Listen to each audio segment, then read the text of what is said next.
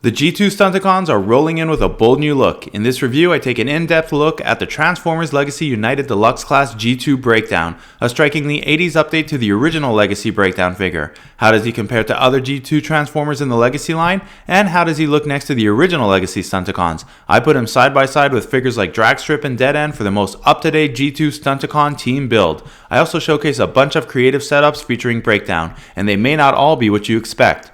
Whether you're a Stunticon fan, a Legacy collector, or just love G2's wild color schemes, this week's episode 44 of Heroic Nonsense has something for you. Let's go.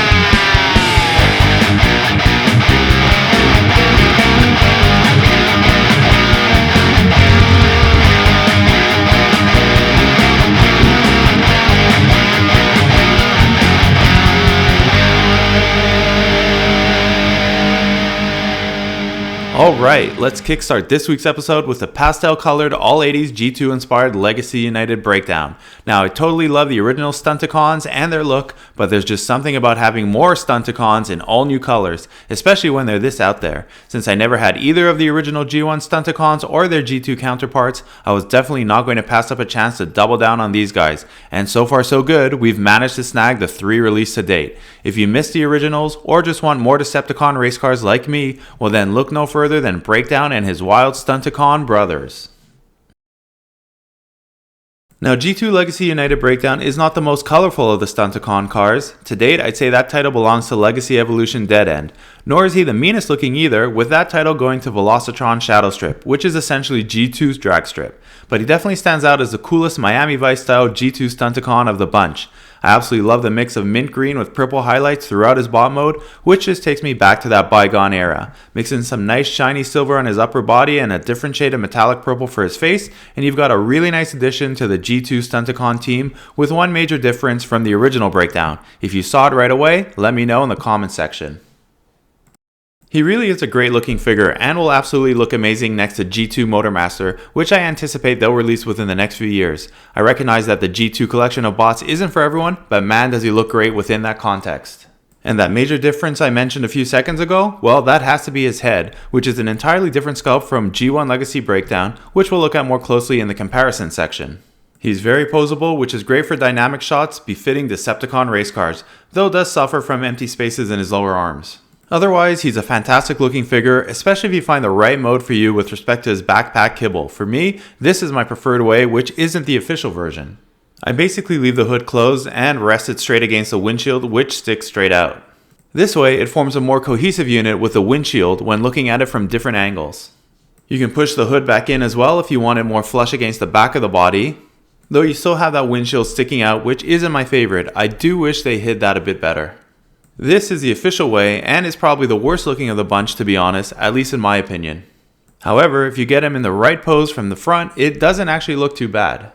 And I'm kinda okay with the side view as well, to be honest. The real issue, however, is when you play around with different poses, which ends up giving you this type of look. So if you want a nice sleek bot mode, I wouldn't recommend this. Though given his alternate head sculpt, you can potentially keep G1 Legacy Breakdown in a more traditional look and make this version a bit more unique.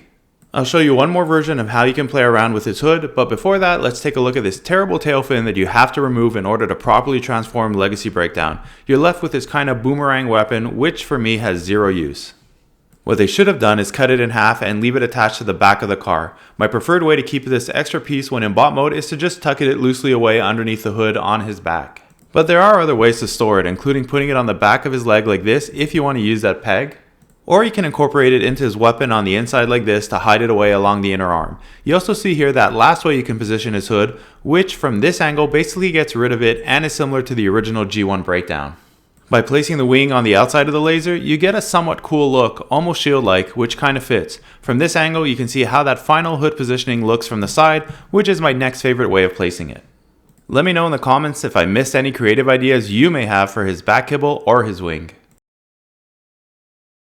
So his vehicle mode is technically supposed to be a Lamborghini Countach, which is only partially what you get here design-wise. The real style would be closer to, let's say, Earthrise Sideswipe, which is flatter and wider. Regardless, you get this cool Mint Breeze mashup of a Ferrari and Lamborghini, which is still a fun vehicle to have in your Decepticon collection, especially with that huge G2 Decepticon symbol on the hood.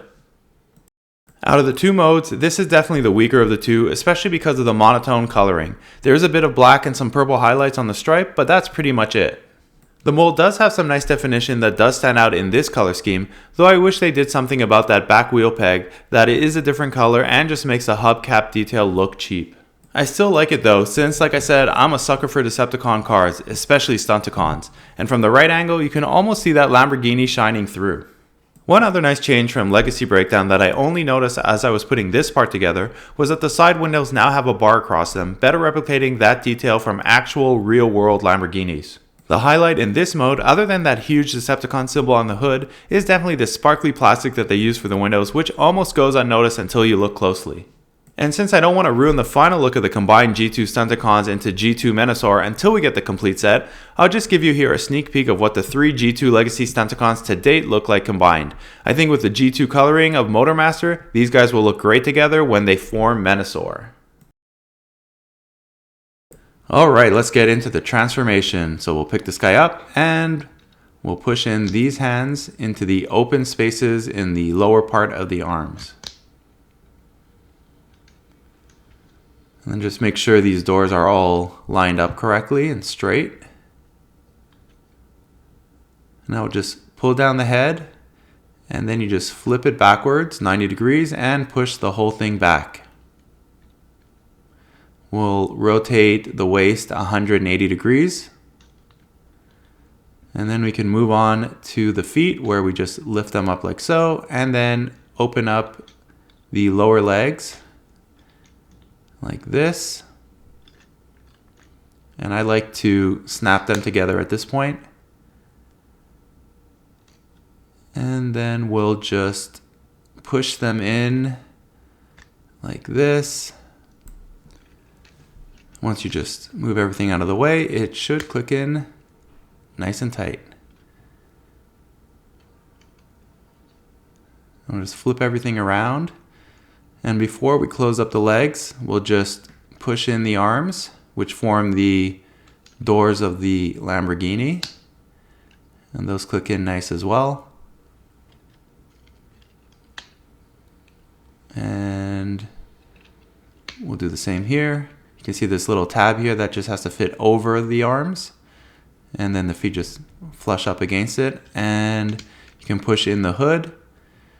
We're almost there. And finally, just click this windshield into place. And there you have it. Put in the wing. And G2 Breakdown is ready to cause some havoc. I'm going to mostly compare Legacy United G2 Breakdown to the original G1 Legacy version in this section, but I'll include at the end all the released G2 Stunticons and their G1 counterparts.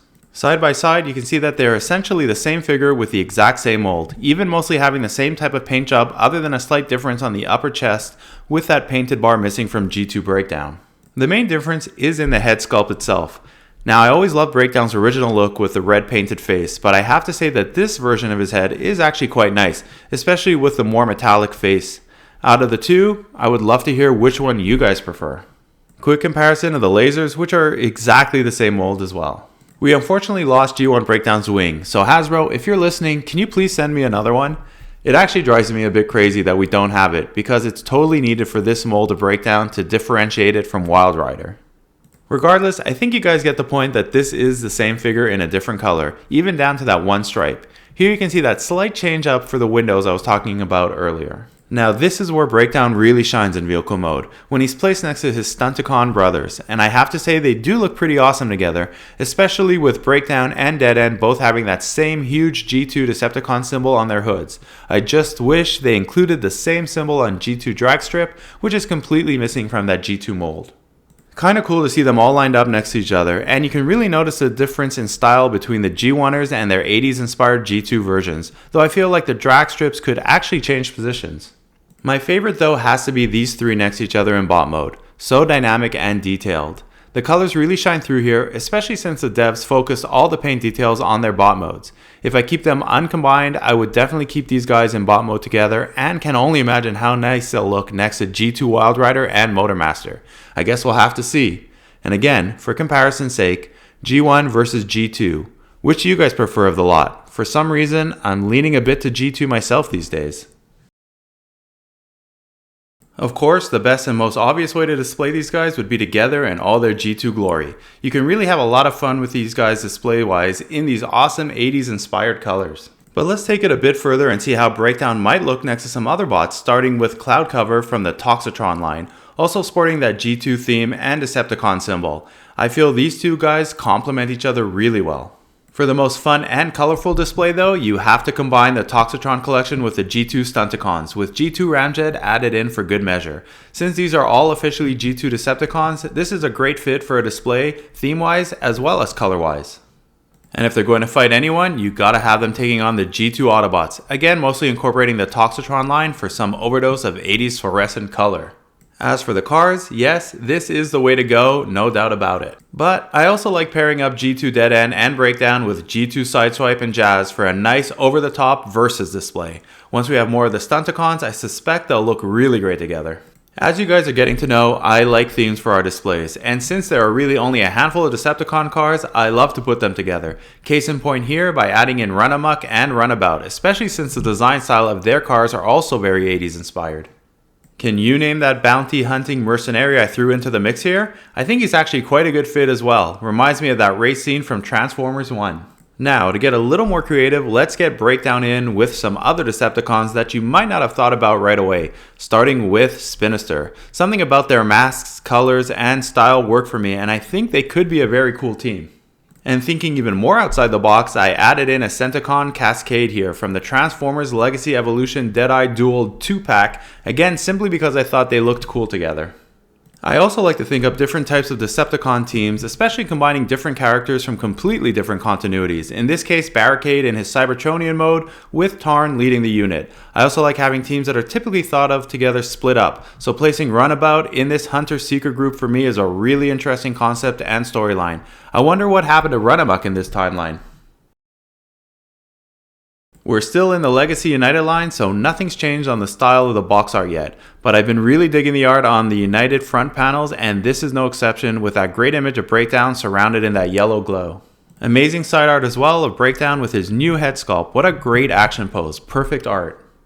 The backup pack is very straightforward, and I wish they'd add some tech specs and info back in like the originals. One of the last 40th anniversary images we'll likely see. A bit sad to say goodbye to it.